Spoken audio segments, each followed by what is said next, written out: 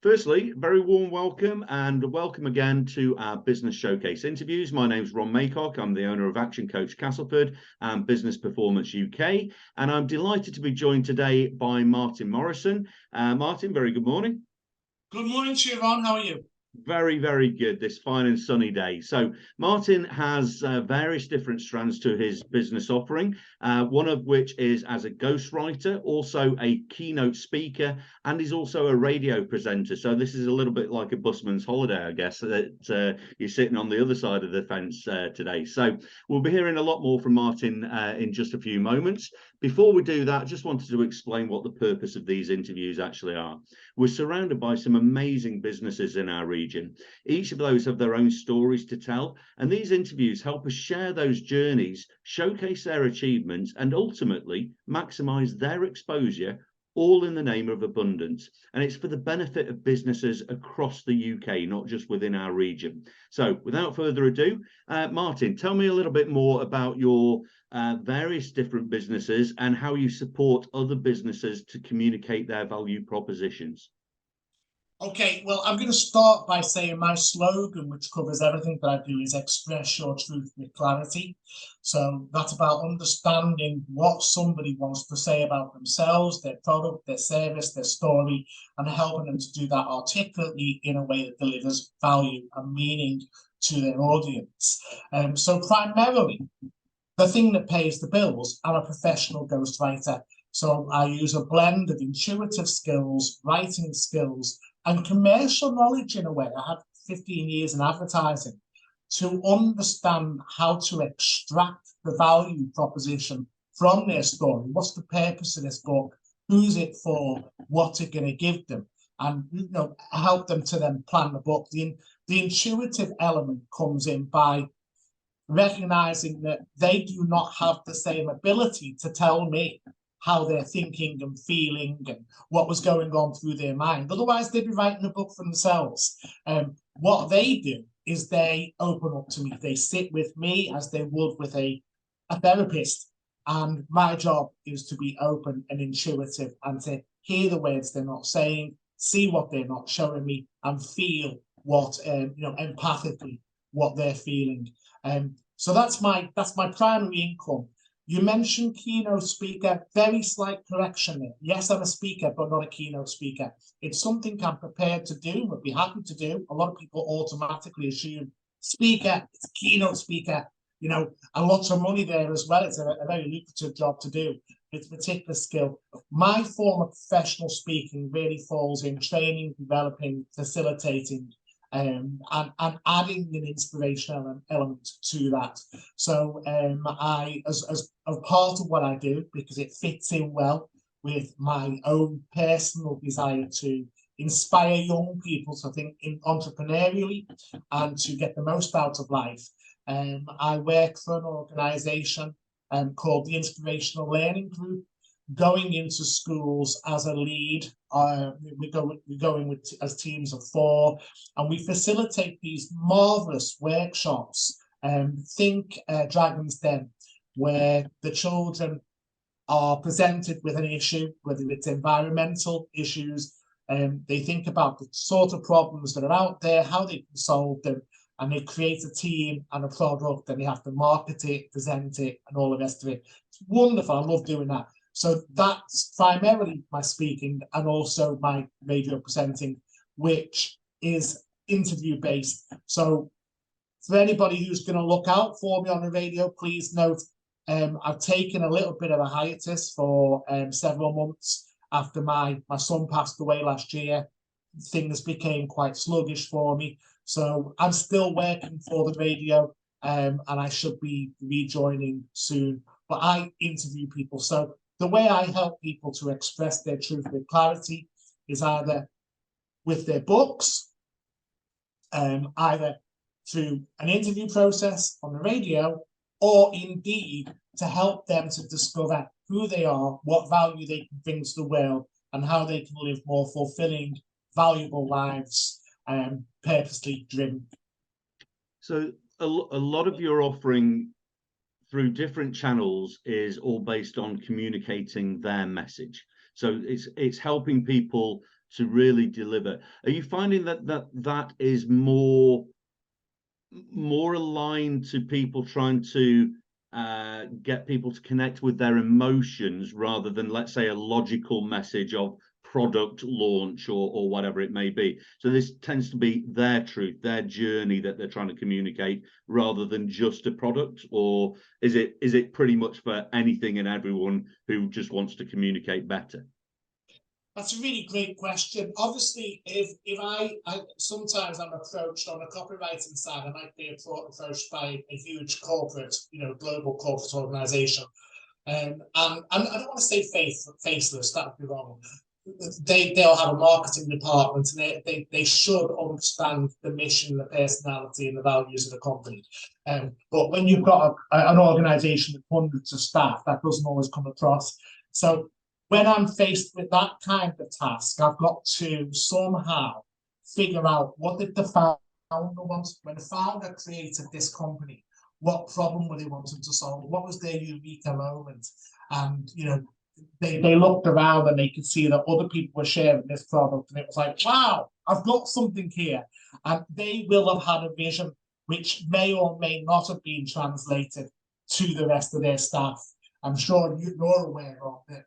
Many companies go wrong because the culture is messed up, because they haven't kept an eye on that.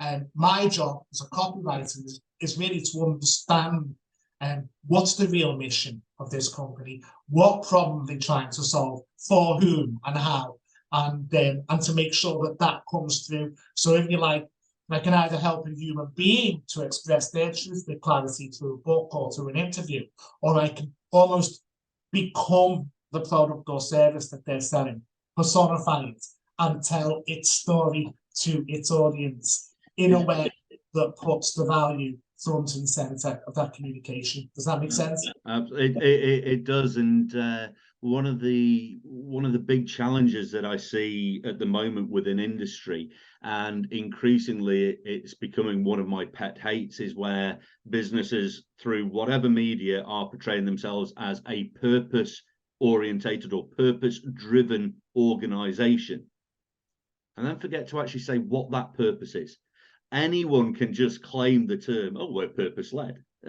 It doesn't mean anything. And actually, that's where the disconnect between marketing and what you do potentially comes in, because marketing are based on market what we do. Unfortunately, the culture that they have is based on their tolerance level. So how they demonstrate in their real lives is their true culture, not just a buzzword that they happen to pick up on. And finding that true connection of, why are they in business? Why have they got an infinite business, in the words of sort of Simon Sinek, I guess, of something that will exist and have some form of legacy into the future beyond their stewardship? And I think that's sometimes lost in the big corporates. But avoiding the big corporates for a moment, you mentioned schools, you also mentioned sort of different areas. So who benefits most from your service? What would be that demographic? That's a very, very good question. I'd say that people who want to be inspired, people who want to really understand who they are. Another buzzword that we've not mentioned is living your best life, the authentic self. What does that mean? Yeah. So the people who benefit mostly from my work ultimately are those people who want to understand, who am I? What are my strengths and weaknesses? How can I be living a more purpose-driven life? Not only in terms of my satisfaction with this existence, but to offer more value to other people. And I'm doing that because the people that I write for tend to be inspirational, motivational, fantastically impressive people. And the products that I'm prepared to write about are also amazing in their own way. I was recently copywriting for an international manufacturer. I don't want to say the name, but an international manufacturer of lifting equipment, from trains to harnesses to, you name it. I was having to read about it. It wasn't the most exciting subject in the world, but they are fantastic at what they do. They're keeping people safe. They're enabling people to do the most incredible jobs in dangerous places. That brought joy to my heart. This company is doing good things. I wouldn't write for a gambling organization because it does harm. I wouldn't write for an organization which was purely there to serve alcohol, because while there's such a thing as healthy drinking, drinking causes harm. But most of the people I write for are amazing. Another buzzword we hear these days, and I know it's not a political show, but we've all seen these people saying things about the top 1%. Apparently the top 1% are thoroughly evil, part of a massive conspiracy to keep us all down.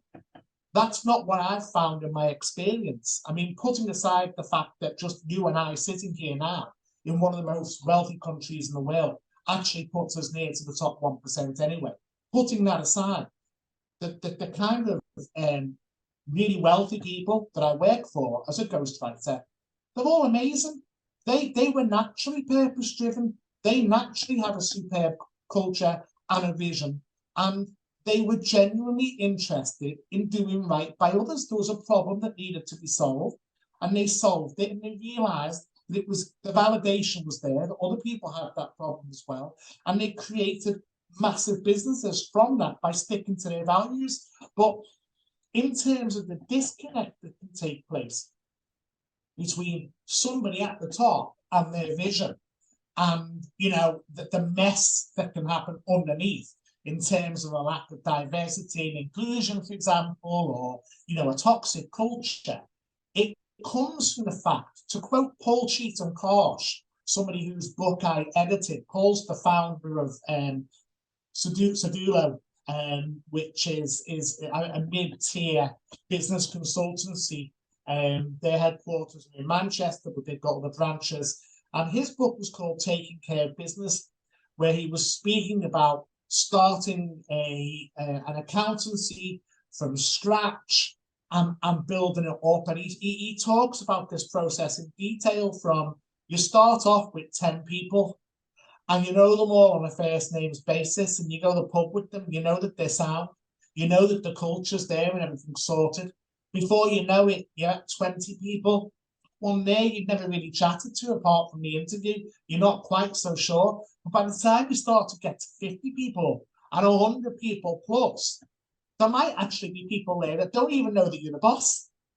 And they certainly, they've gone to induction and it's gone in one ear and out the other. So it becomes harder to really establish a culture and make sure that everybody's living it as passionately as you did when you started the company. Got a feeling I might have gone off at a tangent there, Ron. No, absolutely, and it's. I think a lot of this is, there's so many people who don't quite understand how amazing their stories and their journeys are, and when you try and put it into a corporate environment or whatever, then there are certain rules that people expect you to follow, and actually the journey is often more exciting. It's a difference often that I see between executive coaching and business coaching in my world, because the executive coaching is all about the journey. It's all about building trust as a leader. And there's a fantastic book by Dr. John Blakey, who wrote The Trusted Executive. And he has a simple formula for leaders, which is trust is directly a result of ability times integrity times benevolence. And the benevolence is a really interesting concept to throw in there, because you're suddenly getting this is all about how we interact, what our legacy is, what we're going to do for other people, whether they're internal stakeholders or external, and sharing that journey with people who are often very busy, being brilliant at what they do. It's very easy for them to overlook that journey themselves and how to communicate that journey and what they've learned along the way. And that's where I think your skill sets come in fantastically, because it helps them emote and rather than just tell, and that context of those emotions is unreplicatable. It has to come from the heart. And when you said about laying them naked kind of thing and bearing their soul, that's what you do. You bring that out of them, and I think that's a fantastic thing. So on the sort of book writing and ghostwriting and things like that. So how I guess there's a finite amount of your time when you're ghostwriting, especially. So that does almost limit the capacity that you can do. You can only ghostwrite so many projects at any one point in time. So what's next in your business model, and how is that going to scale into the future? Okay, so yeah, I love the ghostwriting. It's something that I'm good at. It's one of those things that there are relatively few threats. I'm not threatened by other ghostwriters, because what you find is your clients find you. It's a bit like being an assassin, Ron. I don't have to go out there and go, ghostwriter here, you've got a great story, can I help you? I'm not saying that I never say to somebody, I love you, I love what you do. You ever thought about having a book? Of course I have. But generally, they find us in the same way that somebody finds an assassin. I love this analogy. That they find you because they want you to do a very specific thing for them, which is close to their heart. Once that job's done, you know each other forever, but you don't necessarily, you go your separate ways. It's one of those things, and they won't necessarily talk about you at cocktail parties. Okay, so I love that side of the job. But as you said, I've only got so many hours in the day. So then there's the copywriting. Of course, the copywriting leads with the same problem anyway. The copywriting, it's time for money. I'm swapping time for money. And to be fair, it's one of those things I'm good at, I'm naturally gifted at, but I don't enjoy it as much as the ghostwriting. So the other thing that I've moved into is training others. And it's really quite bizarre how this happened. I was asked to do some case studies or case study rewrites for a company in Sheffield. The problem they had was that their marketing person, who was extremely well-educated, master's degree, was writing the case studies in a matter-of-fact, encyclopedic way, as though they were writing an academic report. Let's just say in Blairite terms, they needed to sex up the dossier. So I don't know, some of your younger audience won't know what I'm on about there. So I went in there. They sent me a case study as an example, said, what can you do with this? And I did the business, sent it back. They said, we love this. Can you coach our marketing person to write like you do? I said, can't see why not. So I had to create a plan of action, created 5 sessions, broke it down into parts, delivered it. It went very well. And I realized, well, Martin, you're sitting on a course here. This is a corporate course. You should be offering it. So I went to some of the senior people, CEOs, etc., that I know, offered it to them directly. They gave me the opportunity to do it. And it was wonderful. Now, of course, you know yourself, Rob, the criticism there is I'm still swapping time for money. But when you've got a group of people in a room for a course, you've got the fee times 2, 3, 4, 5, 6, or however many people are in there. So you can make more money for your time. But then the next step is to make it so, and I hate this cliche, but I'm going to say it anyway, to make money while I sleep will be to make an online version of that course. So that's something that I'm going to be looking at this year. So the back end of last year was about delivery, making sure that it was there, making sure it was valid, that people got benefited from it and enjoyed it. Got several testimonials if you want to go to my LinkedIn. So that was great. This year we want to do more of that, roll it out. Really, the rolling it out and getting more clients is simply that's really about getting more recognition. It's about proving time and again, this works. I know what I'm talking about. This is a great course. Making the online version of it, marketing the hell out of that, and then making it a passive income from there. But even then, the beauty about kind of doing a regular audit on who am I, what are my strengths and weaknesses, what can I bring to the table, what other value can I be offering, is that I don't have to be in a panic about making things happen. I don't have to be in a rush. I can allow the universe to let those things happen. Just at the perfect pace, just by being genuine and authentic and living my truth. I've got books coming out my ears this year. So it's not as though, oh, I must sell that course now. I must get loads of people signing up. I'm sure that people will sign up slowly but surely, and gradually it will build momentum. Moving on from that, though, Ron, we look at businesses and we talk about, you hear people talking about pivoting, don't you, all the time.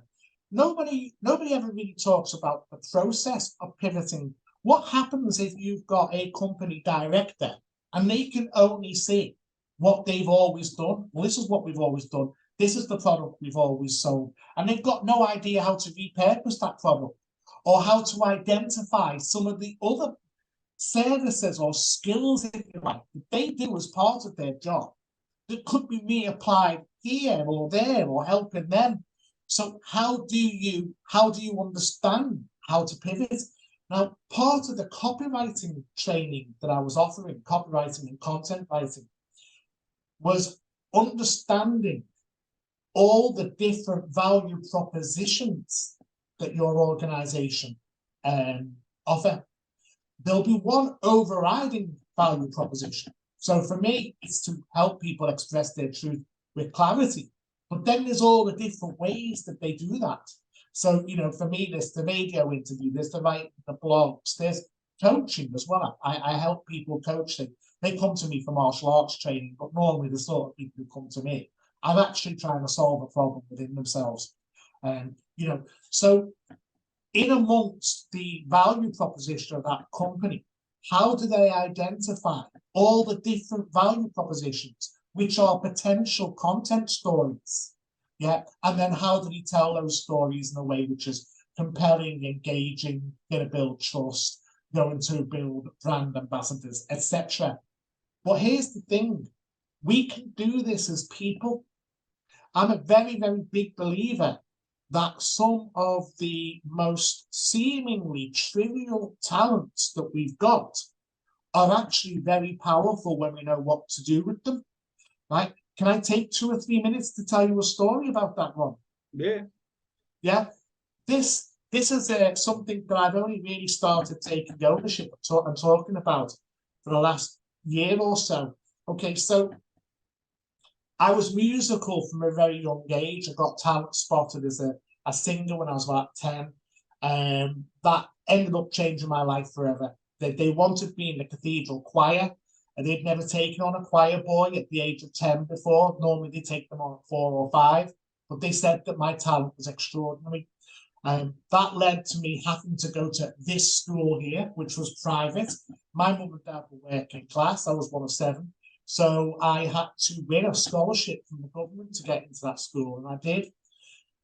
Later in life, I discovered a love of martial arts, particularly performance art, creative, creative movements, almost like dance, and anything to do with patterns, really. Now, throughout the decades, I noticed that if I was in a room with other people and we were watching TV, and somebody said, "Oh, that person, isn't that the actor from that show there?" Almost, it was happening all the time. I was the odd one in the room. I would be the only one who would be saying, "No, it's not." Or I'd be the only one who could see that this actress here played that role there, right? But it wasn't until the world of Google, when you could do a quick check, that I realized that I was right. Every single time I was right. So it got to around 2015, and I saw a program about super recognizers. Bear with me here, Ron, and listen at home or wherever you are. Bear with me because I'm going somewhere with it, right? So around 2015, I heard about super recognizers. I thought there must be a test to do this, and I found a test. I found an online test, which is still going on today, by Cambridge University in Massachusetts. It's a difficult word to say. World-renowned experts in facial recognition. I did that test. Should have took 15 minutes. Took about 5 minutes. scored 70 out of the 72 questions presented to me correctly, and found out that I'm in the top 3% of the globally tested population for facial recognition. Now, that led to a massive eureka moment. What was different about how I was looking at people's faces compared to everybody else's approach? And the difference was this: I was not looking at the superficial features, right? I was looking at the structures and the patterns within. What happens to that face when it becomes animated, when it speaks, when they move, so that as they aged, or if they wore makeup, or whether or not they grew a beard, or whatever the angle was, it didn't make a difference, because I was absorbing the full face in three-dimensional, its fullness, yeah? But I then realized that I'm doing this with everything. This is where empathy and intuition come into play. That's what I do with life. And that's why I'm a ghostwriter. That's how I'm able to do that. And that's how I'm able to look at a business and to see, if you like, to see its secret. So even if they're absolutely appalling at really talking about what they're good at, in terms of needs satisfied, the real benefits that they offer to whom, I sense it because I'm highly intuitive. So I've realized that that facial recognition, even though it seems like such a trivial skill, is really important. So I say to anybody, look, get a piece of paper in front of you, make a note of everything that you're good at, from singing in the bath to being the one that breaks the ice in the dentist's waiting room, whatever it is. And from there, you know, I'm not going to go through the full ikigai thing. And by the way, I don't follow that format. What I do comes completely from the heart.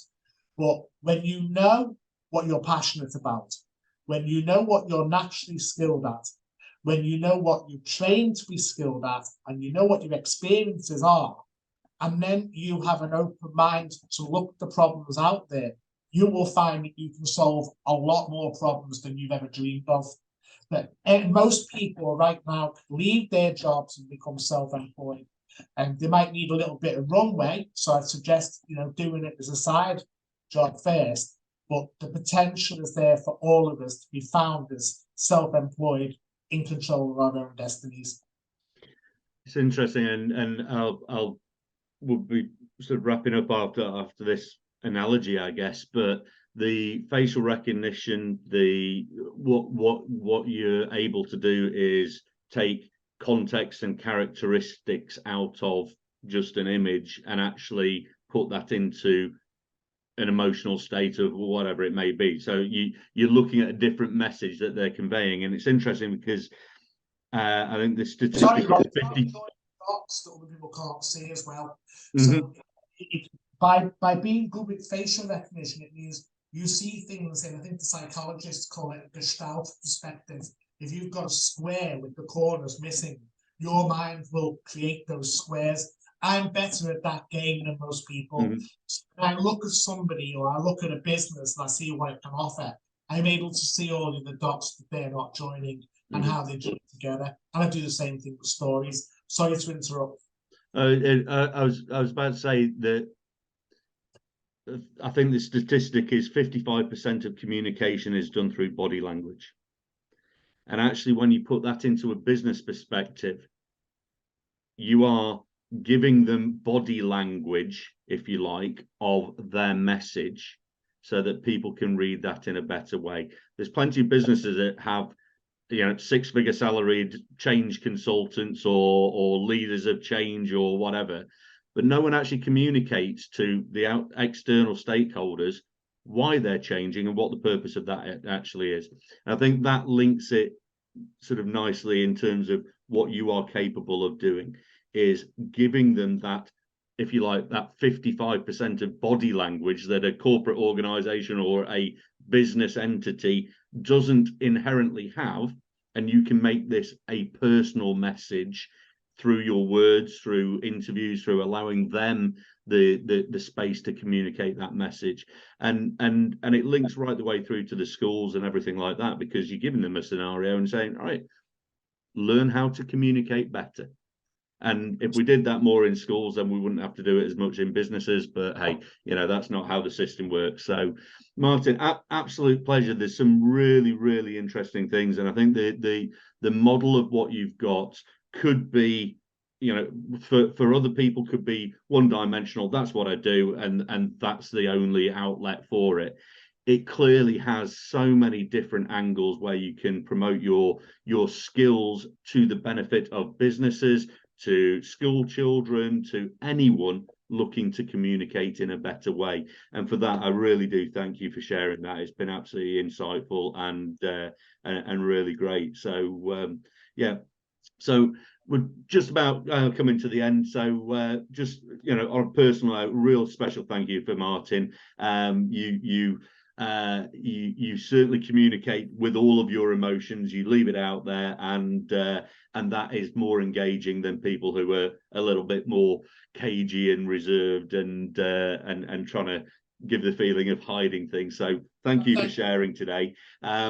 If you're running a business, if you're looking to get your message out there, then Martin's details will be easily found through the various different links that we post this on. But if you're wanting to promote your business in a certain way and want to do your own business showcase interview, just get in touch. We'll get you booked in. I don't bite, and I will give you, free rein to promote your business as much as you like within this forum. So special thank you again to Martin. Thanks for being with us. Thank you for all of you for watching. This has been another edition of the Business Showcase interviews. So see you soon.